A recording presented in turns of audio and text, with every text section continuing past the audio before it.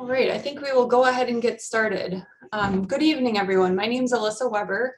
I am the Regional Medical Director for our Oncology Clinical Program here at SSM Health in Madison, Wisconsin. I'm also one of the practicing oncologists in our group, and we're very excited to be hosting our first ever cancer prevention and screening event for the community.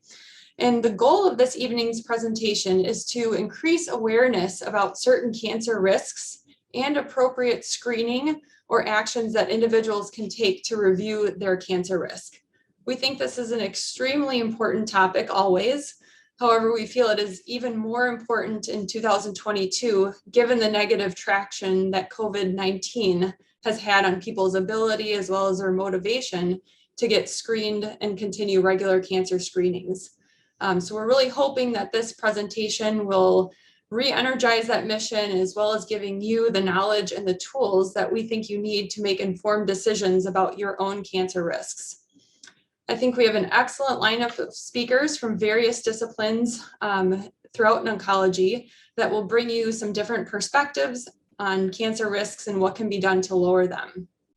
So I'm very pleased that tonight we'll be hearing from Dr. Philippe Troicki, who's a radiation oncologist with Agnesian SSM Cancer Center in Fond du Lac, Michelle Ford, a physical therapist and the head of our oncology rehab program at SSM Health in Madison, Julie Parrish, a registered dietitian at Agnesian SSM Cancer Center in Fond du Lac, and Dr. Tim Cruiser, a radiation oncologist with Turtle Bay Radiation Oncology Center here in Madison.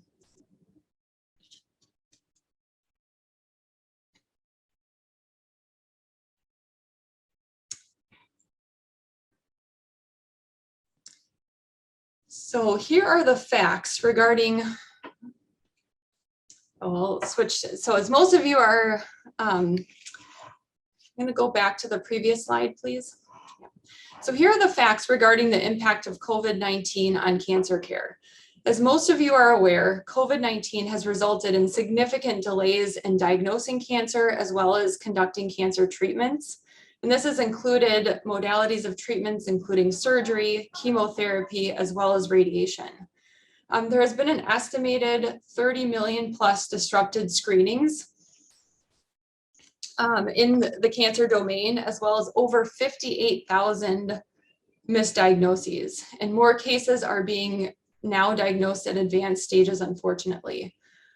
There has been an increase in screening since our pandemic first began, and we're hoping this trend will continue as patients are able to get back into the healthcare system again, and we're hoping to increase awareness in this direction as well.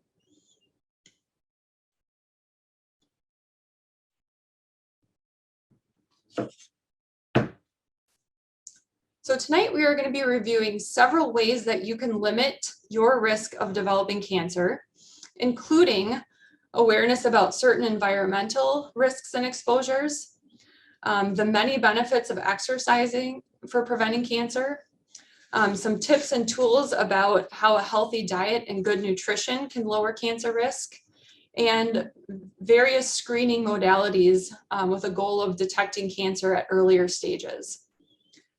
We would very much encourage you to submit any questions you have on these various topics as we go. They'll be stored in our question and answer box, and I'll be reviewing those at the end of each speaker's session for the panelists to answer questions. And then we'll have another opportunity at the end of the entire presentation tonight for some other questions and discussion.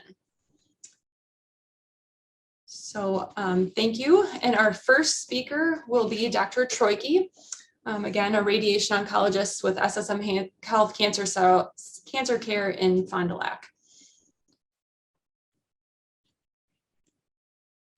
Thank you, Dr. Weber. So my goal today will be in discussing avoiding exposure to limit your risk in cancer development. There are certainly some aspects of exposure that we have control over, and other things we may not. And in order to reduce our risks of cancer, we can certainly try to do the best that we can in controlling the things that we can control.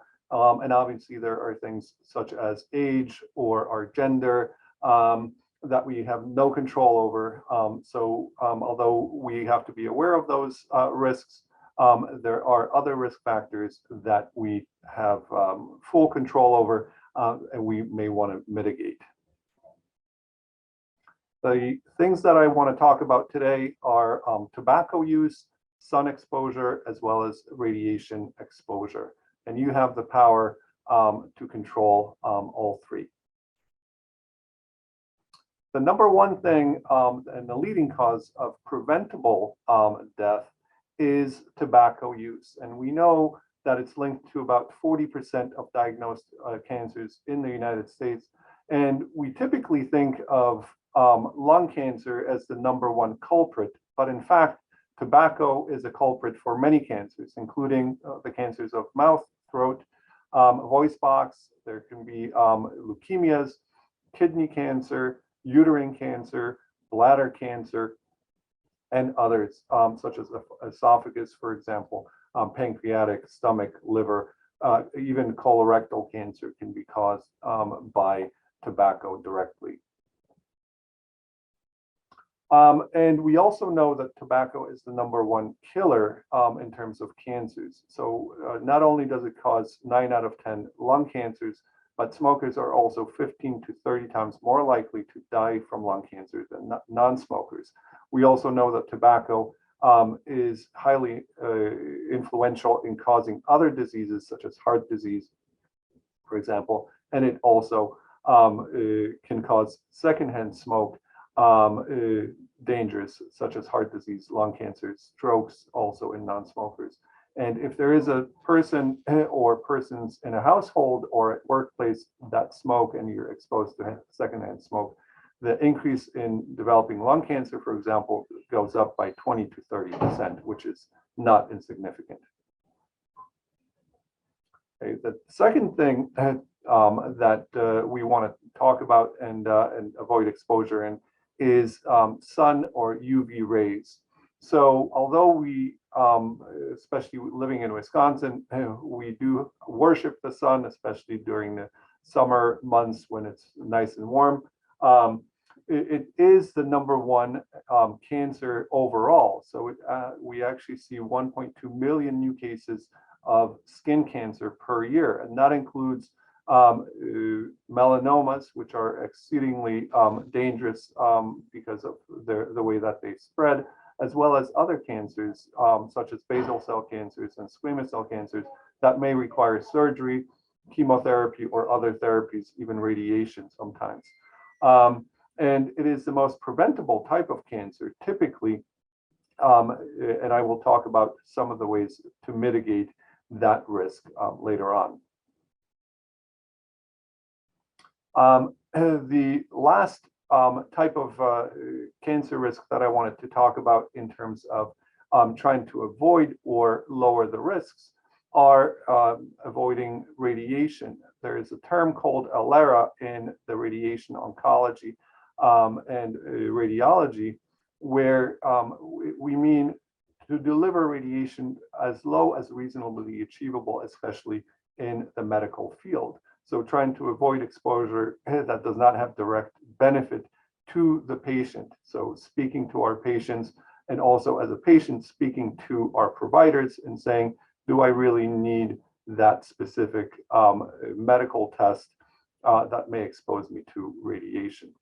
Okay. The other type of radiation exposure is obviously with radon, especially given the geographic location that we live in Wisconsin, where there is great deal of radon in our homes. So increasing the risk for lung cancer, and radon is actually responsible for over 20,000 lung cancer deaths per year. And you certainly do not need to be a smoker to be exposed to radon, but it is an additive type of a risk, meaning if you smoke and if you have radon in your home, radon exposure, that increases your risk even more. So the issue is that we all would love to see everybody change the ways that would lower their risk of developing cancer. But the question is, how do we do that, and who actually are the people that would want to change? Okay, so to help with that a little bit, I have a couple of ideas. So in terms of tobacco, I tell my patients that it's important to quit, and they should quit daily. If you smoke, you really should try to quit on an everyday basis. Some people can do it cold turkey, where they set a date, they stick to it, and they never pick up a cigarette again. Other people may need a support buddy, somebody that will actually be able to help them to get through it, and will be a support whenever the urge to smoke comes on. An easy rule to follow would be a no smoking rule in the household. Now, this is easy if you're the only smoker in the household, but it may be more difficult if there are other smokers. So setting up rules and saying no smoking in the house is a useful one, and also setting up quit dates with somebody else who is a smoker in the house to coincide with that date would be a great help. If you're having trouble quitting on your own or with a support buddy, you can have help outside of the home. There is a quit line that you can reach, or ask your provider. There's medications, patches, and gums that would be available to get you through the process. And also, cutting back is important. As I mentioned before, I tell my patients that they should try to quit every day. And if one day they can cut back just one cigarette, well, that is helpful. And also finding alternatives and hobbies, things that they can do in order to smoke less is definitely helpful.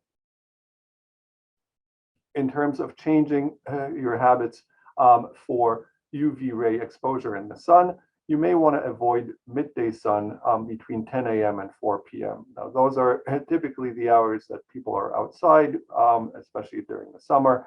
But if you can avoid direct sunshine, that would be helpful, especially covering exposed areas and maybe staying in the shade. If you do go fishing, there are garments that are available that will be able to protect you from the sun, and especially broad rim hats, and watching out for exposed areas such as the ears, the nose, and the hands as well. Using sunscreen is important as well, and those are widely available. You have to look for SPF greater than 30 to be useful, and then you have to reapply every 2 hours. And if you're in the water, that may have to be reapplied even more often.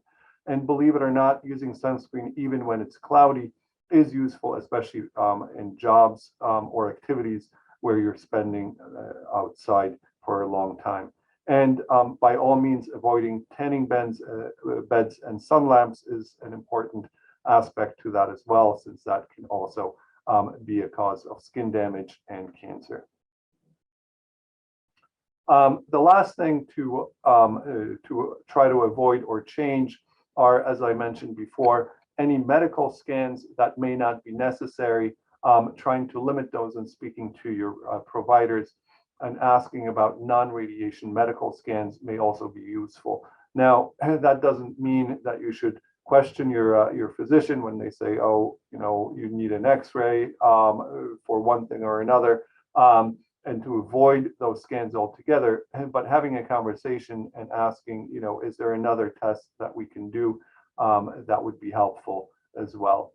And then in terms of radon, where I live in Fond du Lac, it actually has the highest radon levels in the country. So getting the home checked for radon is important at least once a year. Typically checking it when in the winter time, when the windows are closed, is more important, and making sure that those are accurate readings.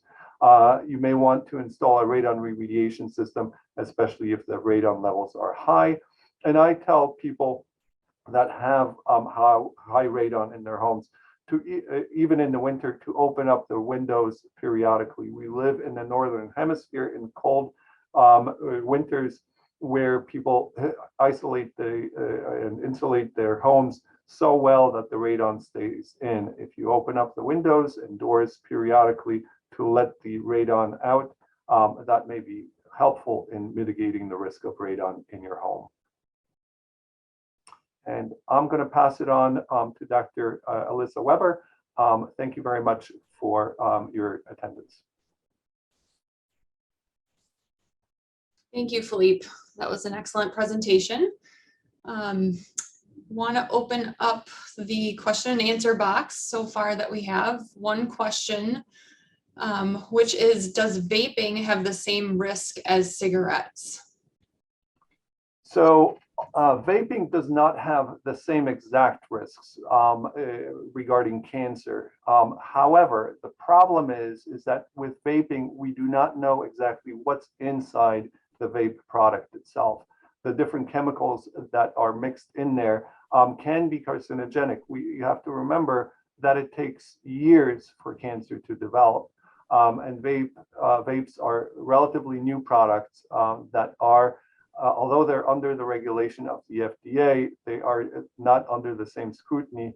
So it's really difficult to say what exactly each product has. So although it's kind of a crutch when people want to quit, I typically tell them try to find other methods, especially since tobacco, specifically nicotine, is the most dependent product that people get addicted to. And with vaping, there are much higher levels of nicotine. So when people try to get off of vape, they have a much harder time, and sometimes they revert back to cigarettes and tobacco. And with that, they actually increase their use of tobacco products, which is not helpful at all. So I typically tell people to find an alternative. Great question. Thank you. Another question is, can we get vitamin D when using sunscreen? So you can, you know, the problem that we all have in Wisconsin is that we all lack vitamin D, and getting a little bit of sun is great. If you use a lot of sunscreen, obviously, there may be some limits to what you get. But in the summer months, obviously, going in and out of the car and things of that nature, you may get enough.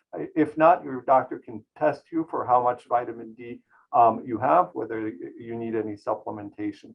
But typically, I would say just keep on using the sunscreen, keep on protecting yourself from the sun, especially in those midday hours, as I mentioned.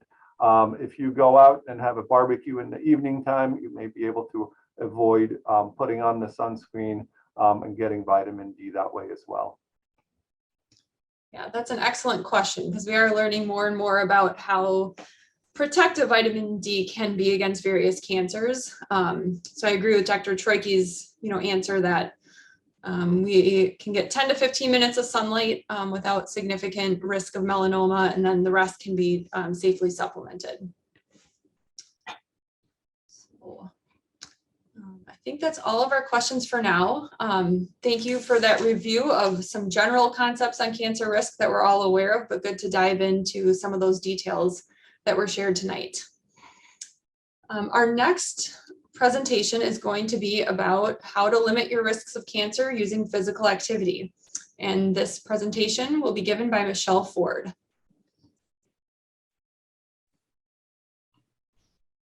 Thank you, Dr. Weber.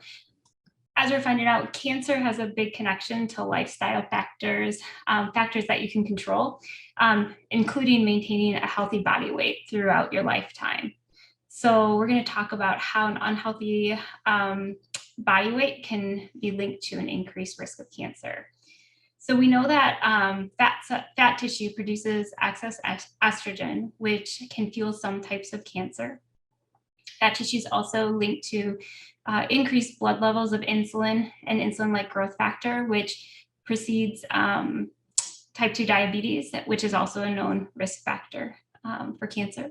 Being overweight or obese is linked to chronic low-grade inflammation, which can lead to DNA changes within our body.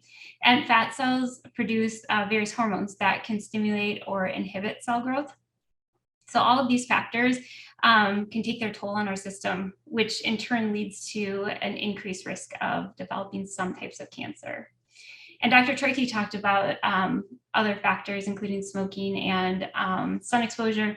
And some literature suggests that being overweight is second to smoking. Either way, they're all important and ways that are means that we can reduce our risk of cancer if we're aware of them. So we know that exercise plays a huge role in maintaining a healthy body weight. So how are we actually doing with getting enough physical activity? And the short answer is really not very great.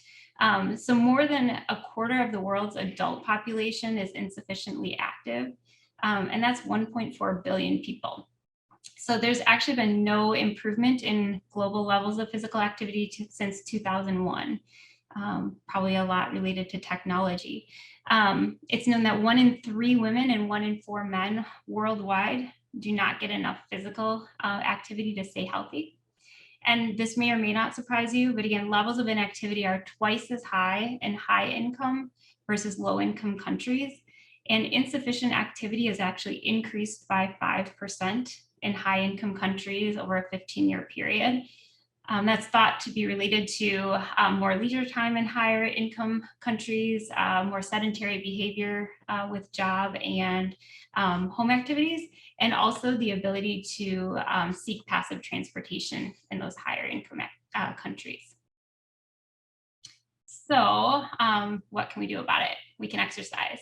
So we know that if we're physically active, we can decrease our risk for cancer. There's actually strong evidence that links a higher physical activity level with reduced risk of 7 types of cancer. So it is important to get moving. And so you may be wondering how exercise actually reduces our cancer risk. So we talked a little bit before about how exercise can help us to meet, or how exercise and maintaining an ideal body weight can decrease our risk for cancer. Obesity is actually linked to 13 different types of cancer. So exercise helps to maintain that ideal body weight. It also helps to regulate hormones. And as we just talked about, elevated levels of hormones can increase risk for certain types of cancer. Exercise also helps to support healthy digestion. So the thought is that our food moves more efficiently through our gastrointestinal system. So it reduces our absorption of some toxins. It also helps, or exercise also helps to reduce overall inflammation, again, which has inflammation has been linked to cancer risk. So if I haven't sold you enough on the importance of physical activity and reducing cancer risk, there are other health benefits for sure. So we know that physical activity can improve our sleep. It decreases blood pressure, helps to reduce feelings of anxiety and depression. It helps to improve brain health. It helps benefit our heart health. So we see lower risk of heart disease, stroke, and diabetes, type 2 diabetes with exercise and regular physical activity. It also helps to maintain healthy body weight. It improves bone and muscle strength. And then it also improves balance and coordination, therefore decreasing our fall risk and decreasing fracture risk in us. Very few lifestyle habits really have that large of an impact as physical activity. So we really can limit our cancer risk if we just get up and move. So we really want to limit sedentary behavior, including sitting, lying down, watching television, and participating in other screen-based entertainment. And there's actually moderate evidence linking prolonged sitting with a higher risk of colon, endometrial, and lung cancers. So now that I've talked about kind of the importance of moving, what are the recommendations? So for adults, the recommendations on a weekly basis are to be active with a moderate intense aerobic activity, 150 to 300 minutes per week, or 75 to 150 minutes of vigorous, intense aerobic exercise per week. In addition to this, it's recommended that we participate in 2 days of muscle strengthening activity.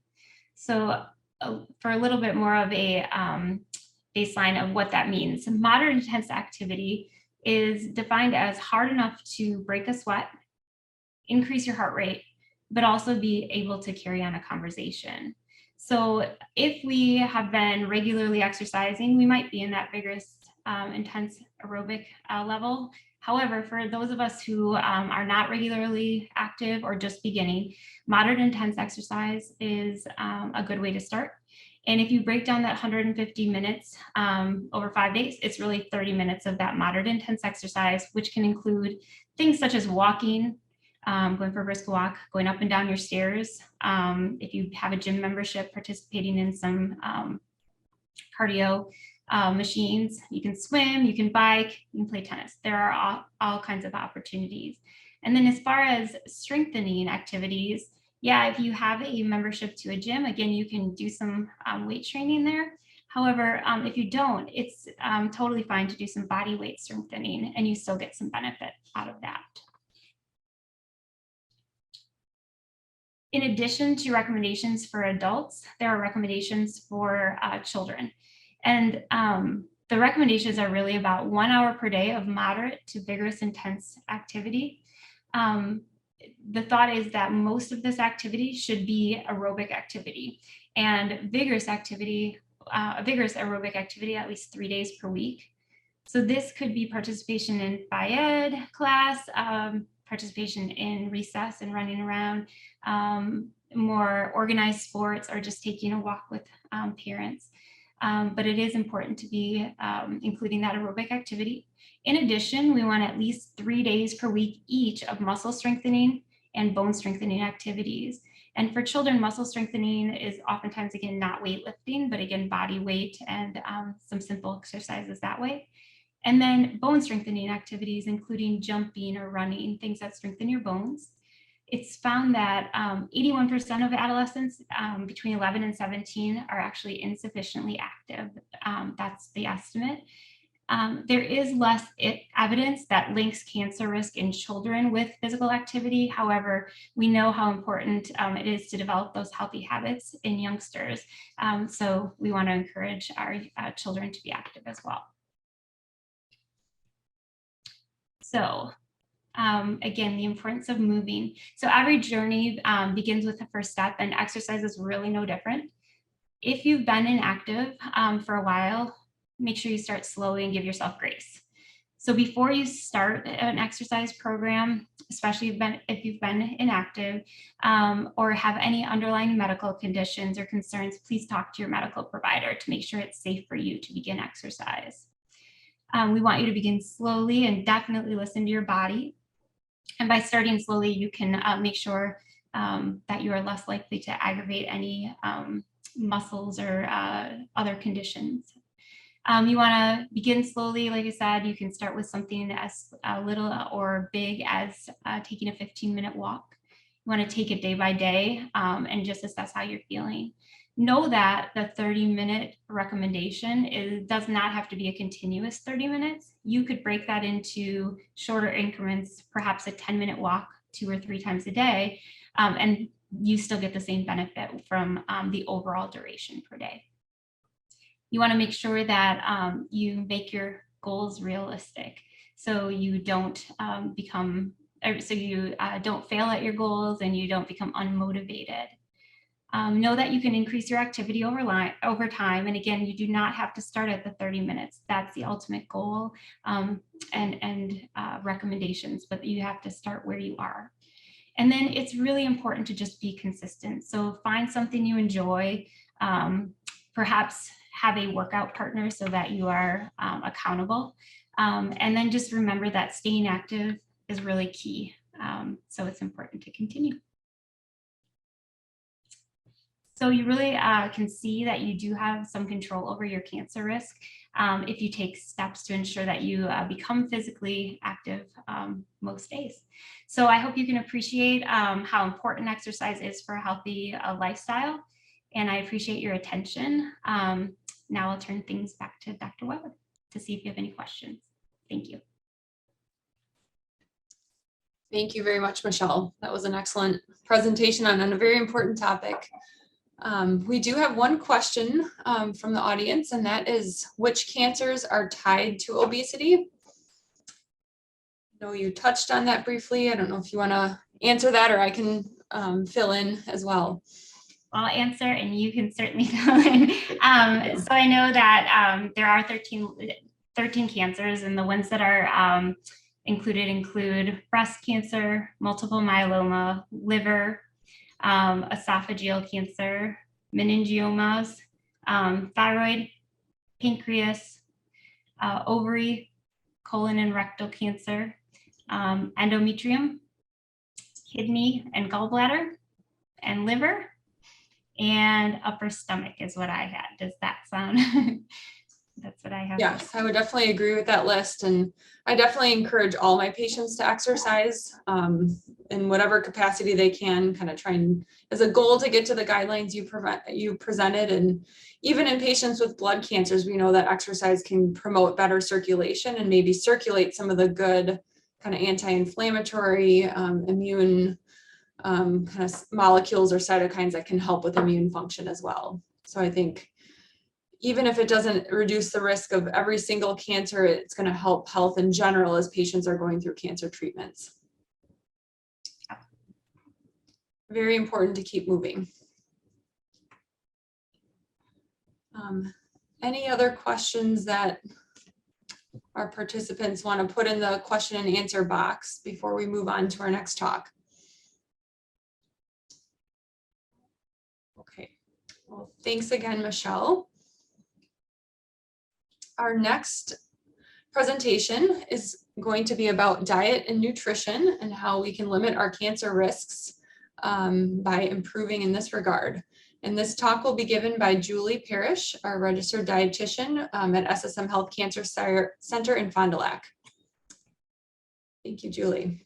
Thank you, Dr. Weber, for that introduction. That was actually a great segue from what and how Michelle just ended with the question on which cancers related to overweight and obesity. As Michelle just talked about, exercise can help, maintain or get you to a healthy body weight. And now my presentation tonight talks about diet and nutrition. So the American Cancer Society here recommends being physically active, eating healthy, and avoiding alcohol, all to help prevent cancer. So I'm going to talk more about the diet and nutrition side of this tonight. So what does healthy eating for life mean? There are several recommendations of things that we should limit and things that we should avoid, as well as a lot of recommendations on things that we should be doing. So you can see here, it's recommended to limit our calorie-dense foods and sugary drinks, including alcohol. It's recommended to limit our sodium or our salt intake. A lot of times we use sodium and salt interchangeably. It's recommended to limit our red meat and processed meat consumption, and it's recommended to limit our alcohol consumption. So those are the kind of don'ts, and these are the do's that we should be doing. We should be eating minimally processed breads, grains, and cereals.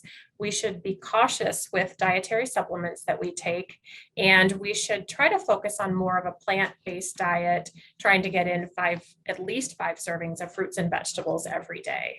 So these are the types of things that I'm going to touch on tonight.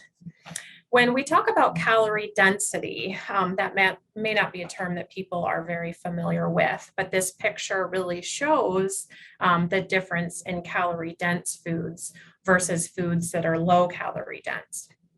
So in this example, it's a picture of a stomach, and in each of these stomachs, there is 400 calories worth of food in the stomach. The first picture on the left is 400 calories of oil. So as you can see, this is just a drop in our stomach. This isn't going to fill us up. This isn't going to give us any nutrition. And when we're talking about maintaining or getting to a healthy body weight, it's all revolves around calorie intake and the calories that we burn. So again, here's 400 calories of oil. We're going to be hungry and we're not getting any nutrition for that.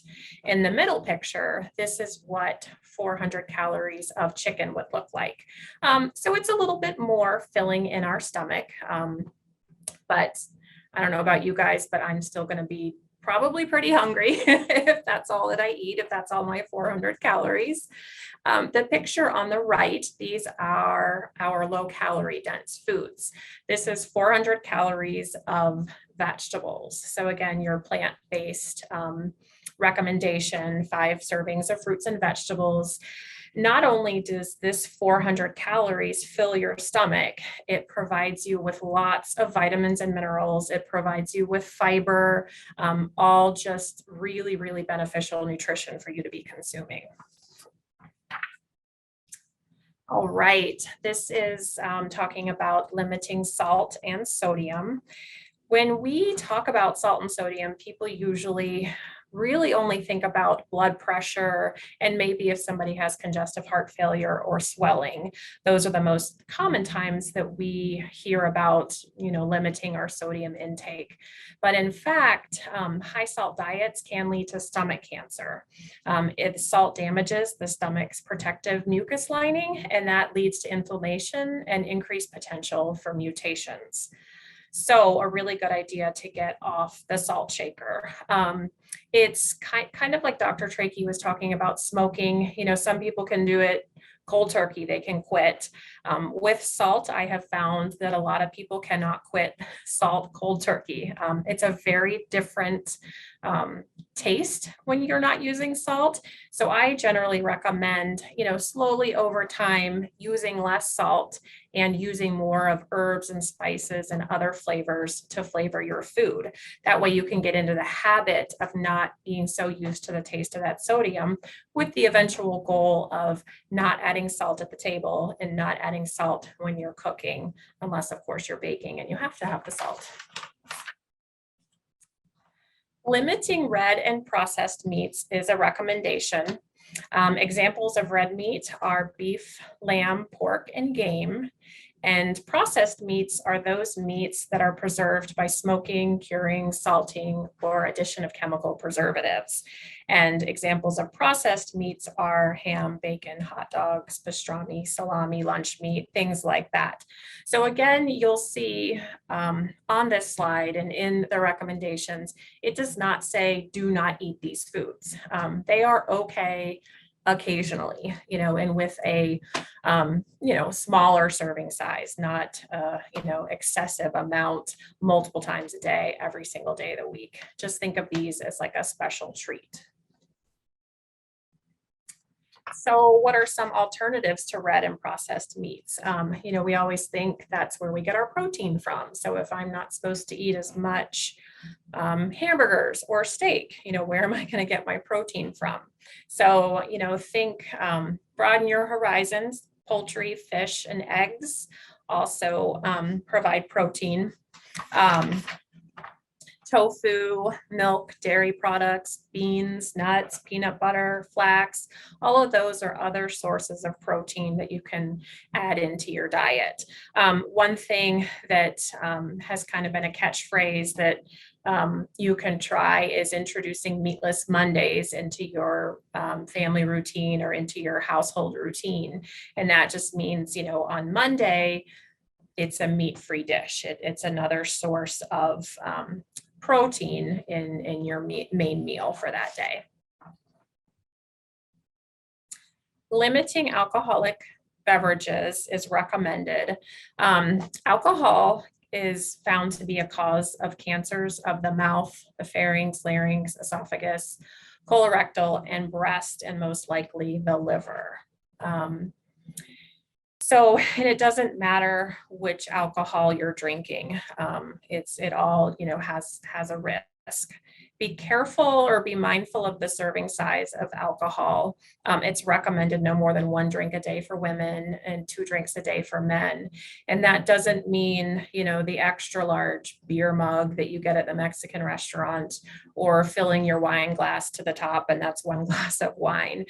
There are standard serving sizes for alcohol, and it's recommended that that is the 1 drink, you know, is that standard serving size. We should limit the number of processed breads, cereals, and grains that we eat. It's a good idea to get in the habit to read the nutrition label on the food that you are buying. When you look at the list of ingredients, the first word should be whole grain. You don't want to buy enriched products. It's the whole grain products that are healthier and that have more health benefits. So while I was preparing for this presentation, I kind of looked up a couple different crackers that my family likes to eat. So an example to tell you guys is an original Triscuit cracker. It says on the front of the box, it's baked with 100% whole grain wheat. And the first ingredient on the Triscuit box is whole grain wheat. Versus I looked up a Ritz cracker. My kids love Ritz crackers. And the first ingredient is unbleached enriched flour. So you can see the difference in those 2 types of crackers. So again, we recommend choosing, when you're looking at your bread, cereals, and grains, trying to find products that list a whole grain as the first ingredient. Dietary supplements is a big interest for a lot of people. You know, of course, everybody wants to do everything that they can to prevent cancer, which is actually why we're all here tonight. But it's really recommended to be very cautious with any type of dietary supplements. There's a lot of information out there, a lot of misinformation out there, and not a whole lot of, or not enough studies that really prove if there are benefits. It's recommended that just a regular standard multivitamin is what you should take if you choose to take a multivitamin, not any kind of vitamins or supplements that have over 100% of the RDA for the vitamins and minerals. You know, you wouldn't want to take things that have, you know, 1,000% of vitamin A in them or anything like that. If you have any questions, or if you're considering, you know, taking something, it's definitely recommended to have a discussion with your healthcare professional.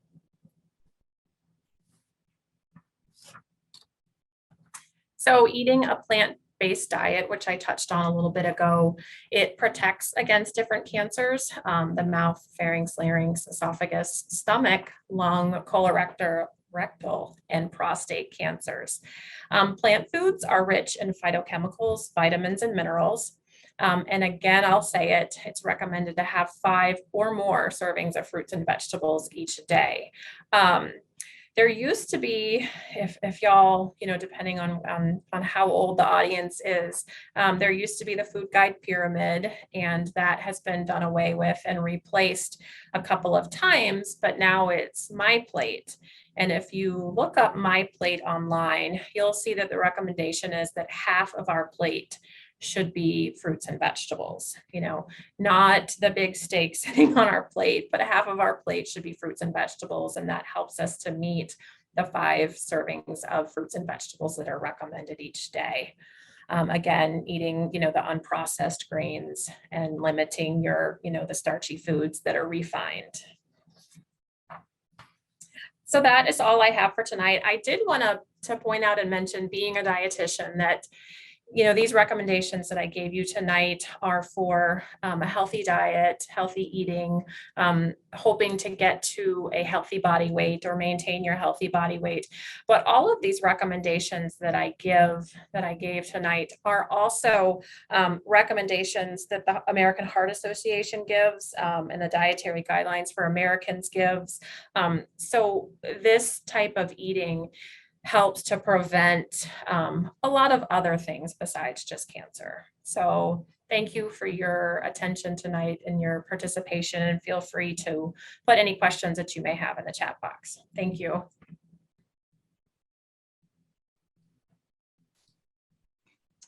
Thank you, Julie. That was extremely informative and a lot of good tips embedded in there. We do have 3 questions from the audience to start with. 2 on exercise and, or sorry, 2 on nutrition and 1 on exercise, but maybe a little bit of diet built in there. So the first question is, could you support a completely plant-based diet, especially with regards to getting enough protein in doing so? So I would say that it definitely can be done. Somebody would have to be very knowledgeable to make sure that they are getting all of the recommended amounts of vitamins and minerals a day. Protein, obviously, of course, that's the first thing that comes to mind.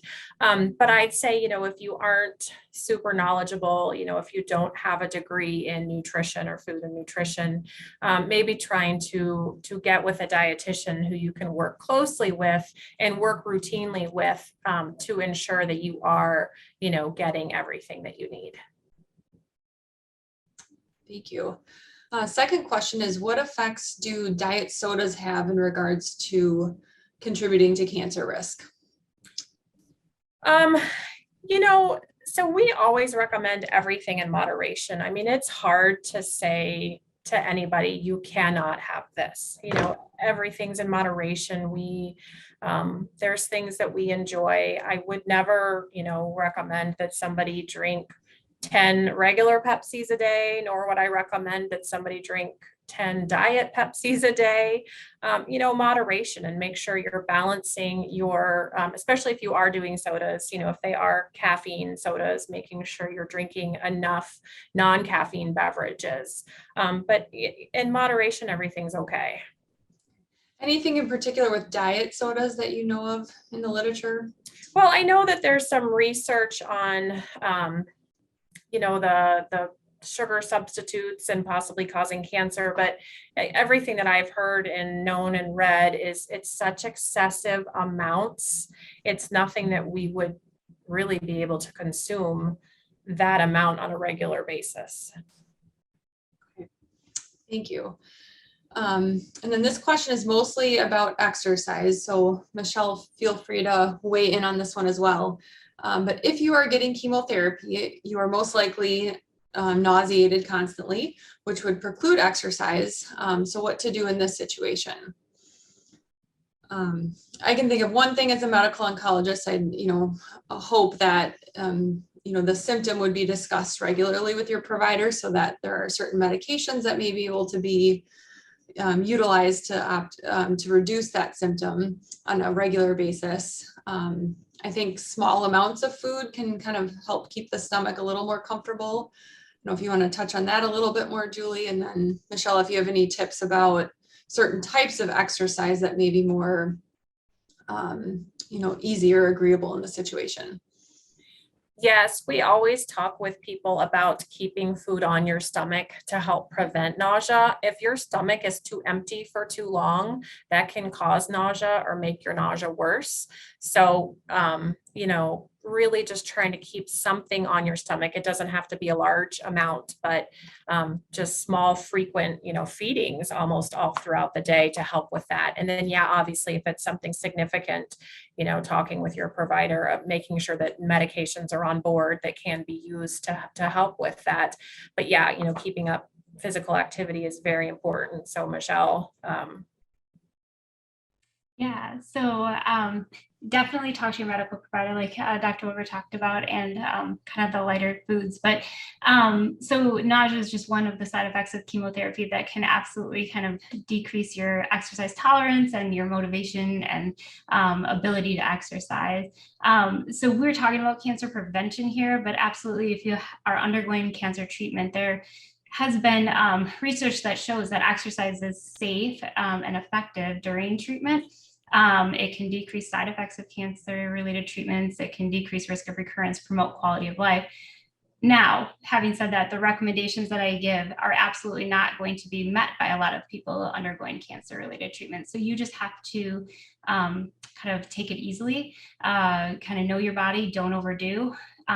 We do have a cancer rehab program here at SSM. And so if you talk to your oncologist, getting into either or even physical therapy, if you get a referral, and we can absolutely teach you some safe things, some ways to watch your vital signs and make sure you're safe with that. The big thing is really just watching and listening to your body. And again, something as simple as taking a 2-minute walk up and down your hallway, if that's where you're at. It just depends on where you're at, and being safe with it for sure. But talk to your doctor as well. Good answers. Our final question is there more of a risk with taking extra fat soluble vitamins versus water soluble vitamins? And then the second question embedded with that is, how safe is additional vitamin D as a supplement? So again, it's not recommended to take anything in excess of 100% of the recommended daily allowance for vitamins and minerals, unless it's something that your doctor prescribes, maybe for another condition that you have or a deficiency that you have. But again, that would be a discussion with your medical doctor, but it's not recommended. You know, if you can follow all of these recommendations that I gave tonight about the healthy eating, there shouldn't be a need for vitamins or minerals in excess amounts. And vitamin D is a lab test that can be ordered frequently if there is any uncertainty about a safe amount of vitamin D that you're taking. I agree with everything Julie said in terms of staying in the recommended amounts unless a certain amount has been prescribed to you by a physician due to a deficiency. Exactly. Great. I just want to kind of highlight that, our oncology nutritionists, including Julie, are accessible to patients undergoing cancer treatment, and there may be some other opportunities to talk with a dietitian as a tool for cancer prevention. We'll talk about that at the end. So we'll move on to our next and final talk tonight. And Dr. Tim Cruiser is going to be talking to us about screenings to reduce cancer risk. Thank you, Dr. Weber, for the introduction. I'm glad I'm going last here. I think it's vitally important that patients see their doctors, and we're going to talk about screening, but more so the talks that have gone in front of me with Julie and Michelle talking about nutrition and diet. And exercise, as well as avoidance of tobacco, have so many benefits for cardiovascular systems and musculoskeletal health, as well as cognition, that we don't want to lean on cancer screenings. We really want to utilize those other points that have been made for both cancer prevention and minimization of risk, but also all the other health benefits that go along with it. But nonetheless, I'll talk about some of the things that we as the medical system can help to do to minimize cancer risk. So, we know that cancer can strike a multitude of organ systems. This is kind of an overwhelming slide, but shows all of the precancerous lesions that can develop and ultimately lead to cancer. These are the kind of diagnoses that we can make when patients are seen by their providers and undergo cancer screening tests, and hopefully catch things before it evolves into a true cancer and need to see someone like me or Dr. Weber in our clinic. So, how do we know what tests we should utilize for cancer screening? Fortunately, there are evidence-based guidelines put forth by a number of governing bodies, task forces. Some of these are outlined here. Probably the most commonly referenced are those from the American Cancer Society, as well as from the U.S. Preventative Services Task Force. We'll touch upon some of the recommendations that these bodies have across a number of disease sites over the upcoming slides. How do these governing bodies make their recommendations? Well, they obviously look at the ability of a screening test to not only find cancer early, but find it at a time that we can treat the patient and ultimately save their lives. And while we can offer that benefit with a wide array of tests, we also have to consider the harms that are associated with testing, both in terms of side effects from biopsies that might be unnecessary, anxiety to patients, and the costs of all these studies over millions of patients. So it's based on these kind of evidence and considerations that we come up with screening guidelines. So as I said, these screening guidelines come out and are based on a number of criteria. First of all, the disease has to be common. It is really hard to screen for things that are super, super rare. And if you do screen for things that are super, super rare, you're going to end up with a bunch of false positives and tests and biopsies that can ultimately harm patients more than benefit them. Additionally, the ideal disease for screening tests has to be both detectable at an early stage, and then we have to have effective treatment for it at an early stage. And fortunately, we've gotten better and better with treatment as well as catching tumors early. So we're going to kind of review the most common and widespread screening tests for breast, cervical, colorectal, prostate, and actually I would add lung onto that list of things we're going to review in the next few minutes. Unfortunately, we know breast cancer is a widely prevalent cancer and afflicts women often as young as their 40s, sometimes unfortunately even before their 40s. But about 1 out of every 8 women in the United States is going to be diagnosed with breast cancer at some point in their life. While we've gotten better at catching this early, we unfortunately still continue to see too many cancer deaths. Some of that from patients slipping through the screening of mammography and some other reasons for that. But fortunately, mammography has really made a difference. As I said, mammography is quite good at detecting breast cancer, so it's 97% sensitive. And what we know is that when we catch breast cancers that show up on mammography rather than showing up with a palpable lump on a self-exam or by a physician, the cancers are associated with less treatment, smaller surgeries, less need for chemotherapy, less need for radiation, and ultimately more effective treatments and less cancer deaths. And here's a good demonstration of that. Probably the easiest curve is the one to look at on the right. Those are the number of deaths in thousands by time along the x-axis. So you can see mammography came into kind of popular usage in the 70s and 80s. And around that time, there was 60 to 70,000 women dying each year of breast cancer. And as we got better at publicizing mammography, the rates of breast cancer death have markedly dropped, mostly due to screening, obviously additionally due to better treatments for patients who do develop breast cancer. As I said, whenever we think about a screening test, we want to think about not only the benefits, but also the risks.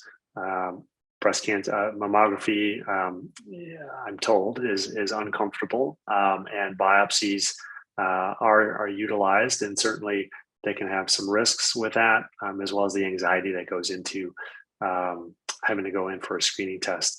That said, we like to emphasize that that's really outweighed by the benefit of reducing bad breast cancer and cancer-related death. So what do mammography outcomes look like? Well, for women who receive mammography, 90% of them have normal mammograms. Only 2% of patients who get a mammogram are going to ultimately need to come back for a biopsy, while 8 out of 100 are going to have another kind of follow-up just to make sure some abnormal finding doesn't look to be overly concerning. As I mentioned, the American Cancer Society does a nice job of summarizing screening guidelines. They recommend that women start mammograms sometime between age 40 and 45, and then get yearly mammograms from age 45 to 54.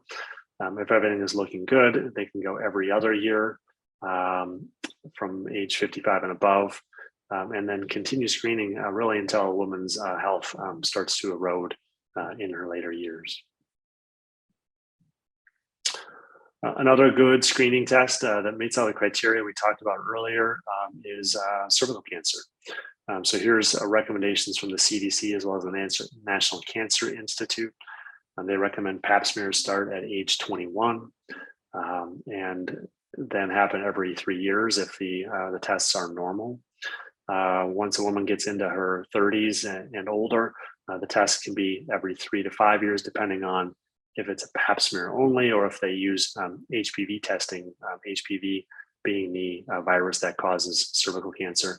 And then commonly women above age 65 can stop receiving their pap smears.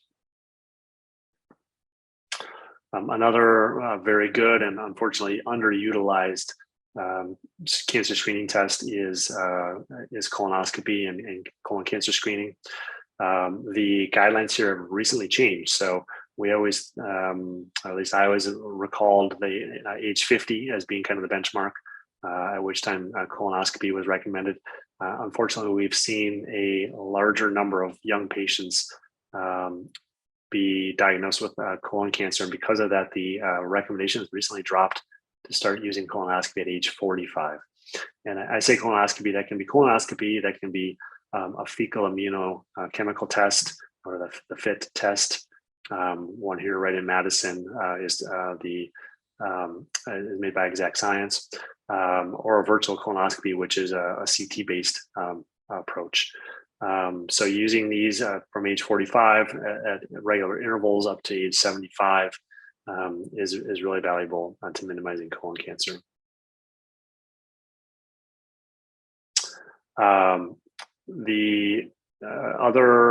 mentioned, these governing bodies think about recommendations based on the risks and benefits. One of the debates is about prostate cancer. So here we have some kind of differing recommendations from the American Cancer Society and the U.S. Preventative Services Task Force. We used to really push PSA surveillance and screening on patients for prostate cancer. However, there's been a recognition that we've sometimes overtreated and overdiagnosed prostate cancer, and the risks of prostate cancer screening are not trivial.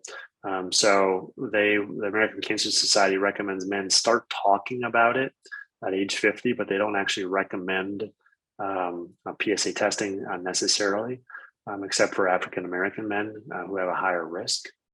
The USPSTF recommends, again, individual decision-making kind of in conversation with a primary care physician or urologist for men age 55 to 69.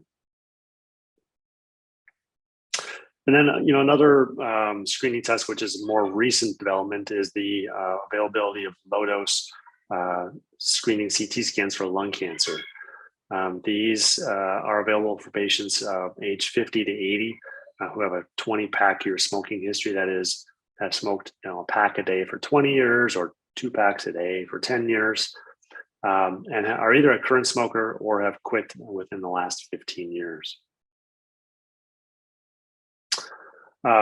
This is the kind of tumor over on the left panel where you might catch on screening. So the small abnormality in the patient's right upper lung, we're looking at them kind of as if they're facing us, might be the type that we would find on the screening CT scan. And then when we look on the right panel, we see the outcomes, and this is actually from a group of screen detected lung cancers treated either with surgery or radiation. And you can see the cure rates are 90+%, either with a minimally invasive surgery. Lobectomies are often done with a very short hospital stay, sometimes 1 day, even sometimes outpatient now. And radiation, which is my specialization, is also done with no incision and 3 to 5 outpatient treatments with very good outcomes. Skin cancer is another one that we want to raise awareness about. We know that fair-skinned people are at a higher risk for skin cancer development, especially if they have a history of a lot of sun exposure and sunburns as a young person. We talk about these A, B, C, D, E principles for kind of self-examinations. The asymmetry is a concerning finding. If there are irregular borders, that's a concerning finding. If the color is really dark, especially black, that can be a concerning finding. Anything that is less than 6 millimeters is reassuring. And then obviously something that's changing or growing is concerning or evolving. So these are the kind of tests that patients can use at home and bring lesions that are concerning along these parameters to the attention of their primary care physician or their dermatologist. And with that, I look forward to any questions, and I appreciate your attention. Thank you, Dr. Cruiser, for the very detailed presentation on cancer screening. I hope you all learned a lot from that. We do have a couple questions in the box that we'll address first. And the first one is, does meditation have a place in cancer prevention? And I think this is more of a general question for any of the panelists. Does anyone want to take a try at that one? If not, I have some general thoughts on it as well.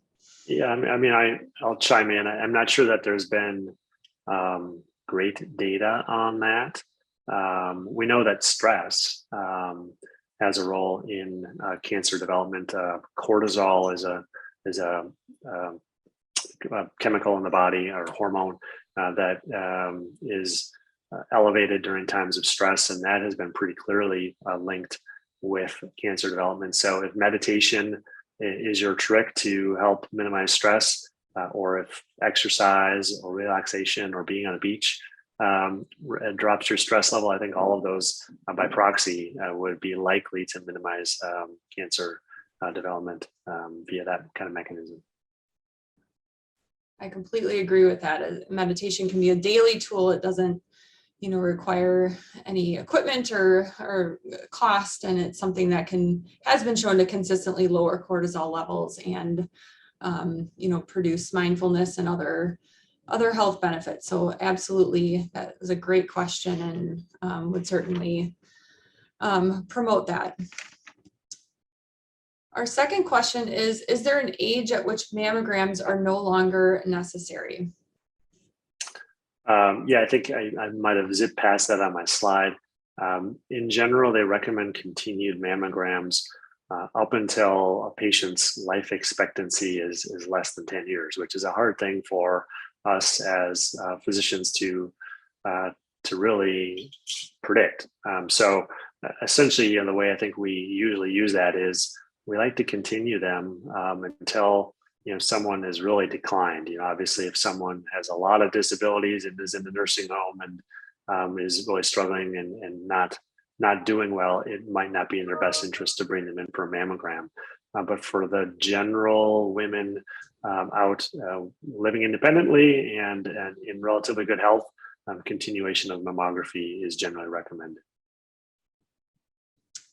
I agree with that. And I tend to, when I ask that question to myself with individual patients, it is, often comes down to, would they be able to tolerate another, local cancer treatment like surgery, for example, or radiation. And a lot of that is very individual based on their other health comorbidities and functional status. So we are still offering mammograms to women in their 80s.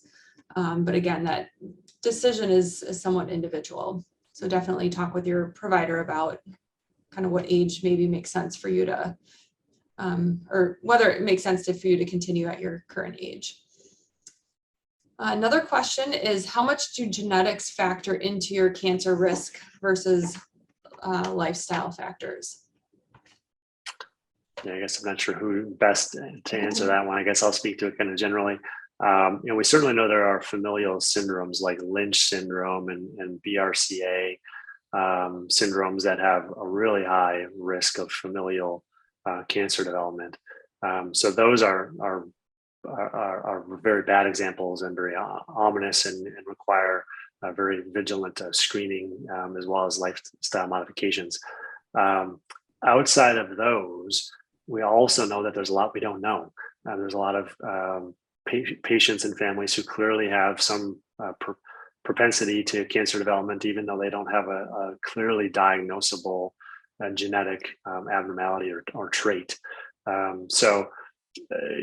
For patients without, a clear diagnosis of one of these syndromes, how can we describe their lifestyle risk versus their genetic risk? It's hard to put a number on that. Certainly, there's also just an element of bad luck. Cancer is a disease of DNA instability, and as we get older, the likelihood that some unlucky event has struck us and piled up in enough mutations to cause cancer goes up, whether we're healthy or not, with our lifestyle. So it's hard to put a real, ratio on those factors. If I may chime in on that, I'll piggyback on that. Very often, we may also tell our patients that with genetics, because of the fact that we do not know all of our genetic history and getting a genetic test on someone who does not have family history is not necessary. But we should all assume that our genes play some role. And as we discussed in the panel today, with all the discussions, there's a multifactorial way that we would want to mitigate the risk of developing cancer. So all of us may have some propensity genetically to develop cancer, and what we can mitigate, we really should, and those are the risk factors and some of the lifestyle changes. So all of us should assume that we carry some genetic risk factor of developing cancer, and there are things that we have control over and things that we do not. Yeah, I agree with that. I think there are some genetic changes that are less, or genetic risks that are less modifiable than others. Like Tim pointed out with Lynch syndrome and BRCA, for example. But I think in a lot of cases, kind of your genetic, the way your genes function can be influenced by changes that you make in your lifestyle. So exercise and nutrition can modify those potentially underlying genetic underpinnings that we have. So it's a very complex system, and definitely I think lifestyle can benefit people with a variety of different genetic risks. Another question is, what should we share with our primary care providers to determine our cancer risks?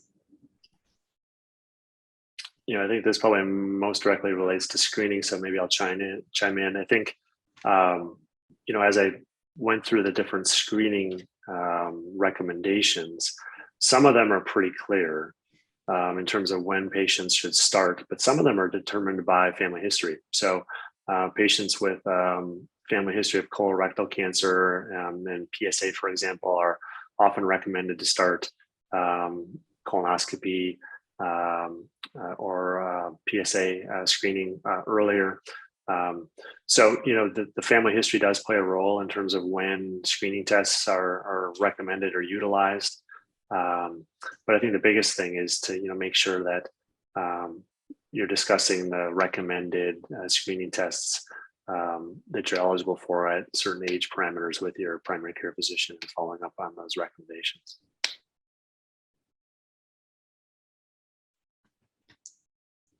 Great, I definitely agree with that. Any other questions that anybody in the audience wants to post before we end this evening? Okay, great. I appreciate everyone that did share a question. That was a great discussion after each talk.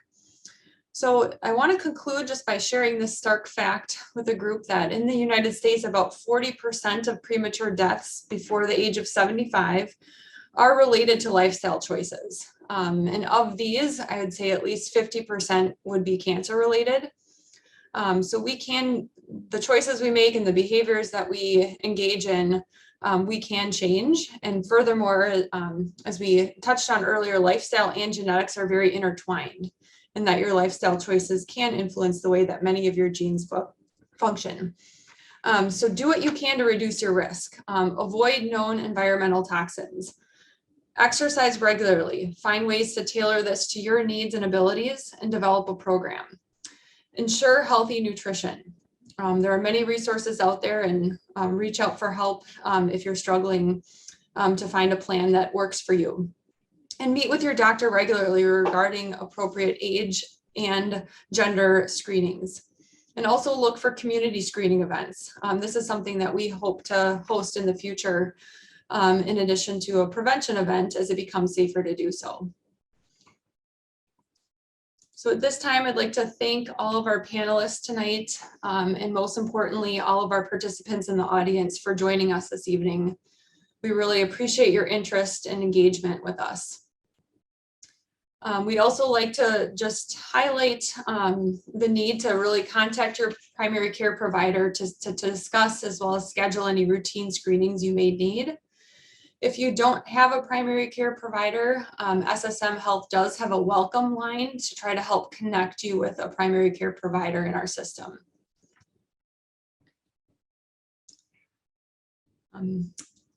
Any other comments or questions from the panelists? Okay, great. Well, again, thank you, everyone. It was a real pleasure to have this event tonight, and hopefully more to come in the future. Good evening.